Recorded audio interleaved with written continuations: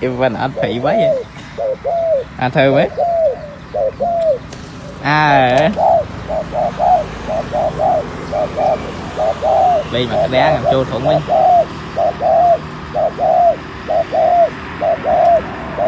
ca bay thầy bay với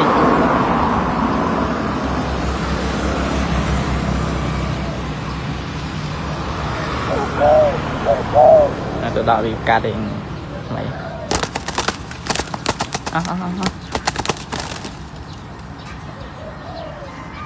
vậy trời ma nó bàn vay đây tờ biển váy hả thì nói vui với ban khăn với chật rồi thôi